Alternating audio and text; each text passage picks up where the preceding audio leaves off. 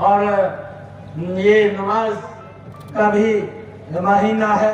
मैं इसकी भी आप सबको बहुत बहुत बधाई और शुभकामनाएं देता हूँ। और मैं, क्योंकि कल ही हमने बैठक को रिव्यू किया था अधिकारियों के साथ बैठ करके कि जो सरसों की फसल है वो 26 तारीख से सरकार उसको खरीदने का काम करेगी। उसकी सारी की सारी तैयारी है और उसको बाढ़ डालने को लेकर के उसकी मंडियों की व्यवस्था, वो सारी की सारी व्यवस्था अधिकारियों ने कर ली है। हमारे किसान को भी इस बात की चिंता नहीं है कि उनकी ये फसल का एक एक दाना खरीदने का काम ये हमारी सरकार करेगी। आप सबको मैं इस शुभ अवसर के ऊपर होली के ये महापर्व की बहुत बहुत बधाई और शुभकामनाएं देता हूँ। आप सबको ये निवेदन भी पुनः करता हूँ कि हम सब मिलकर के एकजुट होकर के भाई यहाँ से कमल का फूल खिलाने का काम करें। आप सबका बहुत बहुत धन्यवाद। इन शब्दों के साथ जय हिंद, जय भारत, जय भारत। वो कुछ इस प्रकार की बातें करते हैं कि भाई हमें वोट दे दीजिए, हम ये काम करेंगे, हमें वोट दे दीजिए, हम वो काम करेंगे। भाइयों, इन चीजों से हमने सचेत रहना है। और मैं आपको बताना चाहता हूँ कि जो आज लोग ये बात बोलते हैं, मैं उनके बारे में ही बताना चाहता हूँ कि उनके समय के अंदर जब ये 2014 के अंदर गए थे तो भाइयों मात्र बुजुर्गों को 1000 रुपया सम्मान भत्ता मिलता था, परंतु ये 1000 रुपया भी ये हमारी सरकार ने आकर के देना शुरू किया था। परंतु नरेंद्र मोदी की और मनोहर लाल जी की सरकार ने भाइयों पिछले इन 9.5-10 वर्षों के अंदर बुजुर्गों को 3000 रुपया सम्मान भत्ता देने का काम भी ये हमारी सरकार ने किया है। भाइयों, इस बात को हमने समझना है। मैं आप लोगों से, क्योंकि बहुत सारे ऐसे कार्य हैं जो लगातार इस देश के अंदर आगे बढ़ाने का काम वो इस सरकार ने किया है। क्योंकि वो लोग बोलते थे कि भाई जब राम मंदिर की बात आई और कांग्रेस के लोग इस प्रकार की बात बोलते थे कि मंदिर वहीं बनाएंगे, तारीख नहीं बताएंगे। परंतु भाइयों, ये लोग, ये मैंने कहा है, ये समस्याओं को समस्या बना करके ये लोगों को गुमराह करके डरा करके वोट लेने का काम करते थे।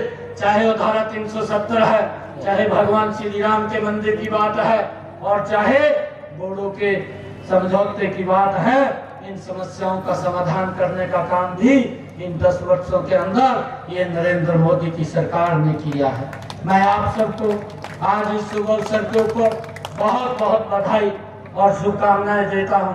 और मैं आप लोगों से, क्योंकि हम चुनाव के अंदर हैं, ये अपील करता हूं कि आने वाले इस समय के अंदर ये ताबड़ू की सरकारी ये संकल्प लेकर के जाएंगे कि हम यहाँ से एक एक वोट कमल का बटन दबा करके और दबा करके सबसे ज्यादा वोट से यहाँ से राम साहब को जितवा करके हम नरेंद्र मोदी जी के पास भेजने का काम करेंगे।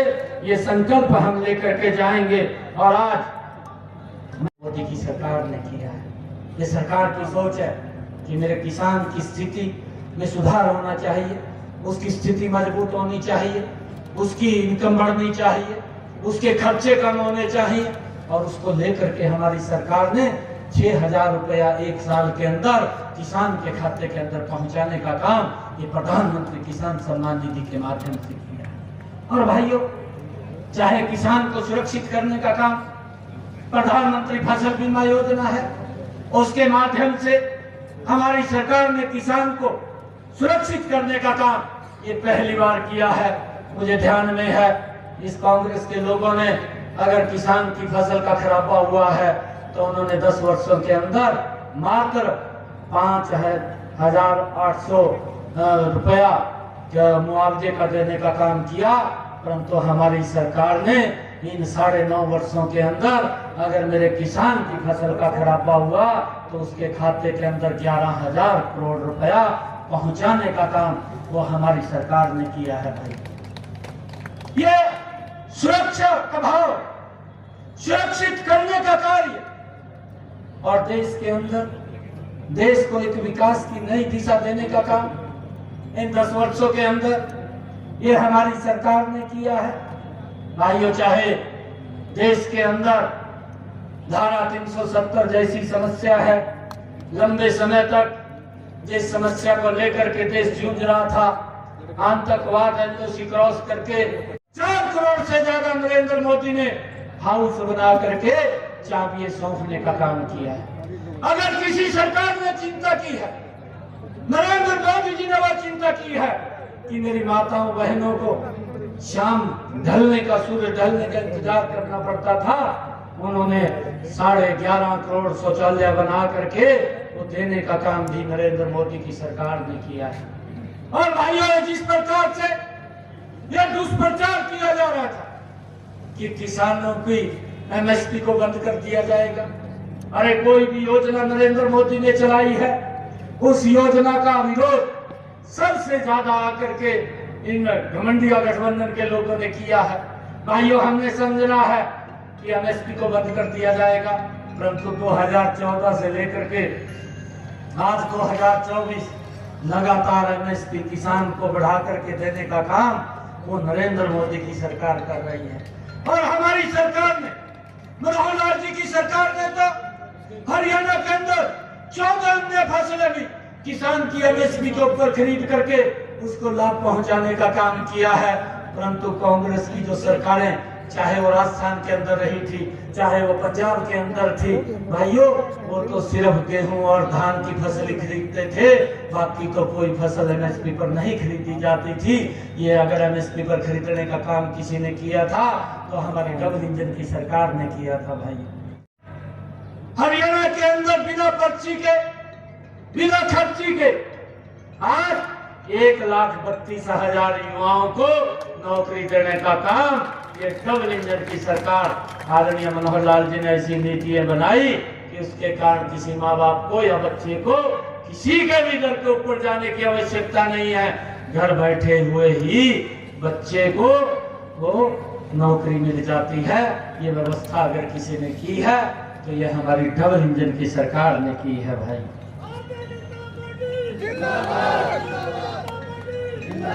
और भाइयों, मैं आप लोगों से यह अपील करना चाहूंगा कि हम मिलकर के मजबूती से ऐसे लोगों को आगे बढ़ाने का काम करें, ऐसी सरकार लाने का काम करें, ये संकल्प लेकर के जाएं। नहीं तो कई लोग आते हैं, भाइयों आते हैं, मंच के ऊपर भी आकर के बोलते हैं कि मैं कट्टर ईमानदार हूं, मेरी पार्टी भी कट्टर ईमानदार है। परंतु भाइयों, ये भी एक हमारी हरियाणा की कहावत है, ये कहावत है कि हाथी के दांत खाने के और हैं, दिखाने के और हैं। भाइयों, ये बात भी उन लोगों के ऊपर लागू होती है जो कट्टर ईमानदारी का चोला पहन करके लोगों के बीच में जाकर के बोलते थे। आज वो लोग जेल के अंदर बैठे हैं जिन्होंने भाइयों गलत काम किए। अगर कहीं पर भ्रष्टाचार होता है, उस भ्रष्टाचार का असर वो किसी और पे नहीं, वो गरीब व्यक्ति के ऊपर पड़ता है, क्योंकि उसको जो सुविधाएं सरकार देती है, जो उसके ऊपर पैसा उस क्षेत्र के विकास के ऊपर खर्च होना होता है, तो पैसा भ्रष्टाचार की भेंट चला जाता है और वो लोग उस विकास से, उन सुविधाओं से वंचित रह जाते हैं। और उसका परिणाम है, हमने देखा है लंबे समय तक देखा है कि नारों के अंदर ही वोट लेते हैं, गरीबी हटाएंगे, परंतु गरीबी नहीं हटी और गरीब ने उन लोगों को ही हटाने का काम किया। परंतु इन 10 वर्षों के अंदर नरेंद्र मोदी जी ने जो शब्द कहा था कि मेरी सरकार ये गरीब को समर्पित सरकार होगी, आज गरीब के हित के अंदर लगातार योजनाएं बन करके उसको मजबूती की तरफ ले जाने का काम किया जा रहा है। जल और स्वच्छ जल पहुंचाने की व्यवस्था ये नरेंद्र मोदी और भाइयों हमारी मनोहर लाल जी की जो सरकार थी, ये डबल इंजन की सरकार थी, उन्होंने इस कार्य को पूर्ण अंजाम दिया है। भाई, और मैं आप लोगों का विश्वास दिलाता हूं कि जितनी भी योजनाएं, जितने भी कार्य और जिस गति से ये चले हैं, भाइयों इनकी गति तेज करने का अब समय है। इस विकास की गति को तेज करने का समय है कि 25 तारीख को हम सब मिलकर के ये कमल का बटन दबाएंगे और जब कमल का बटन दबेगा तो यहां से राव इंद्रजीत जी कमल का फूल लेकर के वो नरेंद्र मोदी के पास जाएंगे। और भाइयों, ये तावड़ू का क्षेत्र भाइयों विकास की गति में पीछे नहीं रहेगा, ये भी विकास की गति के अंदर आगे बढ़ जाएगा। ये सोच अगर किसी की है तो ये सोच हमारी डबल इंजन की सरकार की रही है। हमने देखा है इस तावड़ू के बारे में, ये मेवात का क्षेत्र, ये पूरा का पूरा क्षेत्र 2014 से पहले ये लोगों के ऊपर छोड़ दिया था। बेचारे कहा गरीब हैं, ये पिछड़े हैं, और कांग्रेस ने तो कभी इसकी तरफ ध्यान ही नहीं दिया। अगर ध्यान किसी सरकार ने दिया है तो नरेंद्र मोदी की सरकार ने ध्यान दिया है। नरेंद्र मोदी की सरकार ने कहा कि कोई भी जिला पिछड़ा नहीं होना चाहिए, वो जिला अगड़ा होना चाहिए, और इस जिले के लिए अलग से इसको आकांक्षी जिला के अंदर शामिल करके अलग से योजना, अलग से नीति इस जिला के लिए बनी है। और भाइयों, मैं आज आप लोगों के बीच में एक बड़े फख्र के साथ ये बात कह रहा हूं कि 2014 का पहला भी तावड़ू मेवात देख लीजिए और 2014 के बाद का भी देख लीजिए, आप लोगों को एकदम स्पष्ट अंतर नजर आएगा। भाइयों, चाहे वोट की बात हो, चाहे धर्मदेव जी महाराज संगठन के हमारे महामंत्री फणींद्र नाथ शर्मा जी, जिला गुरुग्राम के हमारे माननीय अध्यक्ष कमल यादव जी, जिला नू के हमारे अध्यक्ष नरेंद्र पटेल जी, हमारे पटौदी के विधायक और अनुसूचित जाति मोर्चा हरियाणा प्रदेश के माननीय अध्यक्ष सत्य प्रकाश जरावता जी, पलवल के हमारे बहुत ही लोकप्रिय विधायक दीपक मंगला जी, हमारे भारतीय जनता पार्टी के वरिष्ठ नेता संदीप जोशी जी, प्रदेश भारतीय जनता पार्टी के उपाध्यक्ष जीएल शर्मा जी, गोपीचंद गहलोत जी, तेजपाल तंवर जी पूर्व विधायक, और पूर्व विधायक जाकिर हुसैन जी, श्रीमती गार्गी कक्कड़ जी, प्रदेश भारतीय जनता पार्टी की सचिव,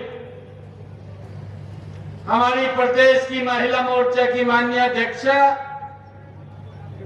बहन उषा प्रियदर्शनी जी, अल्पसंख्यक मोर्चा के हमारे प्रदेश के अध्यक्ष जान मोहम्मद जी, पूर्व विधायक नसीम अहमद जी, मंच पर विराजमान सभी पार्टी के हमारे नेतागण, दूसरी तरफ बैठे हुए पार्टी के सभी प्रमुख कार्यकर्ता, मेरे सामने बैठे हुए सभी महानुभाव, मातृशक्ति, आप दोनों को हाथ जोड़ करके मैं प्रणाम करता हूं, आप सबका दिल से धन्यवाद करता हूं।